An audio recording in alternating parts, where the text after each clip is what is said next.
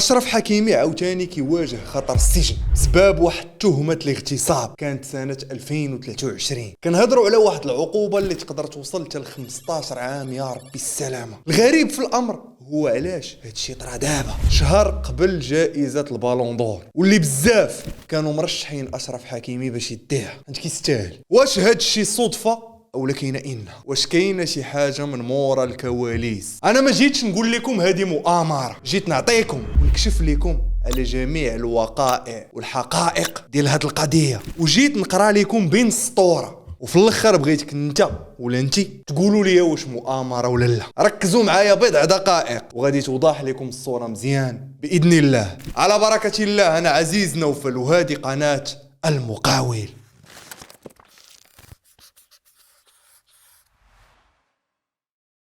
البارح فاتح غشت 2025 مجلة لو باريزيان الفرنسية اللي مشهورة غادي تخرج واحد المقال مع الخمسة ديال العشية للعنوان ديالو لو جوور دو بي اس جي أشرف حكيمي سو لا ميناس دان بروسي بور فيول. بالعربية هي لاعب باريس سان جيرمان أشرف حكيمي مهدد بمحاكمة بتهمة الاغتصاب. وسمعوا معايا شنو قالوا عاوتاني بالحرف. Dans un réquisitoire définitif signé le 1er août, le parquet de Nanterre réclame la mise en accusation du footballeur international marocain de 26 ans devant la cour criminelle. Il est soupçonné d'avoir imposé un viol à une jeune femme à son domicile en février 2023 près de Paris. ترجمة الإخوان بكل بساطة، في قرار نهائي صادر بتاريخ 1 أغسطس يطالب مكتب النيابة في نانتير بإحالة اللاعب الدولي المغربي البالغ من العمر 26 عام إلى المحكمة الجنائية، ويشتبه في أنه فرض اغتصابا على شابة في منزله في فبراير 2023 قرب باريس.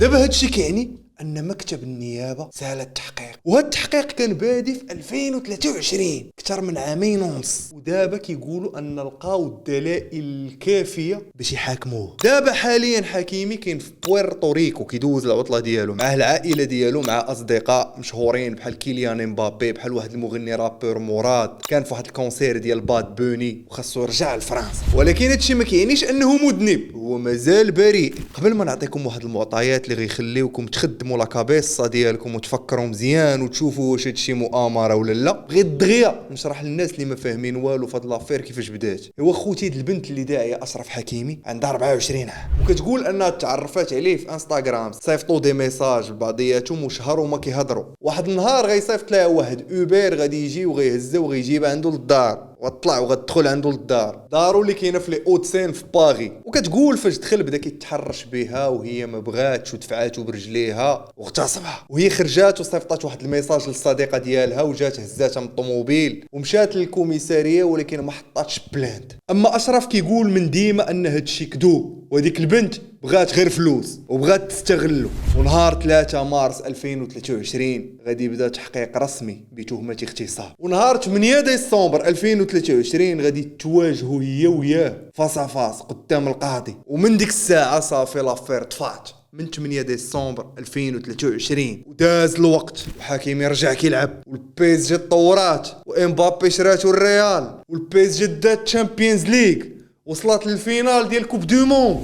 هاد 1 اوت 2025 هو في العطله ديالو كيجي هاد الخبر، وكتعاود تحل هاد لافير. نهار 22 سبتمبر 2025 خاص يكون لو بالون دور. البالون دور هي الجائزه ديال احسن لاعب في العالم. كيفاش هاد القضيه عاودت حياه؟ دابا بداو تركزوا معايا، الله يجازيكم بخير. ميتر غاشيل فلور باردو هي المحاميه اللي شاده هاد لافير ديال هاد البنت، وهي اللي هاجمه على حكيم. وبيني وبينكم ماشي اي محاميه، هي من العيار الثقيل. لاحظوا معايا البايو ديالها في انستغرام، عندها 11000 فولوور، افوكاتي اكتيفيست فيمينيست، دايره حداها قنبوله.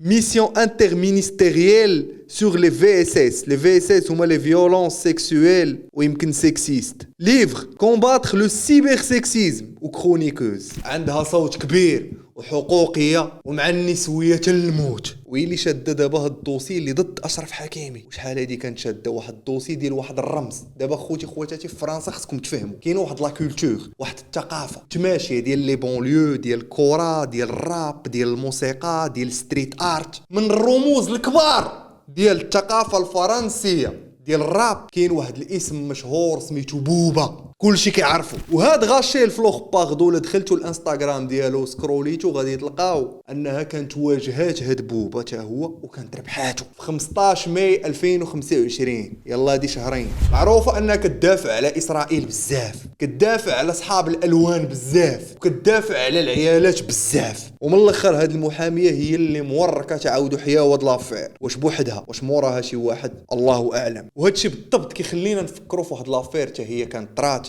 ديال اندرو تيت. كان في اوج العطاء ديالو ما يشدوه حتى هو بواحد التهمه قريبه لهادشي، اي صعب شويه، هيومن ترافيكين، التجار في البشر. وهذيك الاولى اللي كانت دعاتو اللي حتى هي كانت كتقول فيولاها وداك الشيء، مؤخرا خرجات ولقاوها انها كانت شاده 100,000 دولار مخلصه باش تدعيه. وشكون اللي دافعها؟ دافعينها جمعيات وحقوقيين. انا ما كنتهم حتى شي واحد، غير كنحاول نفهم. يعني ما كانش عنده مشكل مع البنت، كان عنده مشكل مع المنظمات اللي ورا البنت. كنهضر على اندرو تيت. وفاش كنهضروا على اشرف حكيمي يا خوتي خواتاتي راه كنهضروا على رمز من رموز بلادنا. راه فاش كتسافر اي بلاصه في العالم كيقول لك وير ار يو فروم، كتقول ليه موروكو، كيقول لك او اشرف حكيمي. واندرو تيت كان كيقول لهم اسهل طريقه باش يطيحوا شي واحد في الدول الغربيه هو التحرش، الاغتصاب، تجار في البشر. دابا وصلنا للبالون دور وبغيتكم عاوتاني تركزوا معايا وتحللوا وخدموا عقلكم. دابا هاد الجائزه ديال البالون دور بزاف ديال الناس خارجين كيقولوا ان اشرف حكيمي ولا خصو يديها. باش كتربح هاد الجائزه بثلاثه ديال المعايير. اول حاجه كيشوفوا لا بيرفورمانس انديفيدويل، هو الاداء الفردي ديال اللاعب. كيشوفوا الاداء الفردي والطابع الحاسم والمبهر، احصائيات الفرديه، القدره على التاثير في المباراه، المراوغات الى اخره. من موراها كيشوفوا لي بيرفورمانس كوليكتيف، الاداء الجماعي والبطولات المحققه، الالقاب التي فاز بها مع النادي والمنتخب الى اخره. من بعد كيشوفوا الفير بلاي، الروح الرياضيه والسلوك، عدد البطاقات الصفراء والحمراء، التصرف داخل وخارج الملعب الى اخره. خارج الملعب. هاد جائزة البالون دور اخوتي خواتاتي تخترعات في 1956. وقلعوا شكون اللي اخترعها؟ من سميتها راه باينه، اخترعتها فرانس فوتبول، صحيفه فرنسيه. فين كدار هاد البالون دور؟ كدار في لو تياتر دو شاتلي باري فرنسا. ودابا ولات ديال فرانس فوتبول وديال واحد المجله اخرى اللي سميتها ليكيب. والصحفيين بجوج ديال هاد الصحيفات بجوج هما اللي كيختاروا 30 لاعب اللي غيكونوا نوميني لهاد البالون دور. منهم لراسهم هما اللي كيختاروا في الاول، حتى شي واحد ما كيتدخل فيهم، لا لا فيفا لا حتى واحد. يعني نقدروا نقولوا ان 30 لاعب الاول كتختارهم فرنسا، وعاد من بعد كيجيبوا صحافي من كل دوله للمنتخب ديالها. صنف توب 100 ديال الفيفا، 100 اول منتخب مكلاسي في العالم، كيجيبوا صحافي من كل واحد. يعني 100 صحافي كيصوتوا على دوك 30 اللي فرنسا اختارت. من موراها كيشوفوا التوب 10 ديال هذوك الاشخاص وكيشوفوا اللاعب اللي خدا الاصوات اكثر كيولي هو البالون دور. كيف ما قلت لكم ليكيب ولا فرانس فوتبول هما بجوج صحافه فرنسيه. وفاش كندخلوا دابا للصحافه الفرنسيه وكنشوفوا الكبار ديال الصحافه الفرنسيه، وحده من اكبر لي جروب اللي كاينين في فرنسا اللي سميتها كانال بلوس، نهار 24 جويي غادا تخرج واحد المقال واللي حطوا فيه 5 ديال اللعابه اللي خاصهم يديو البالون دور.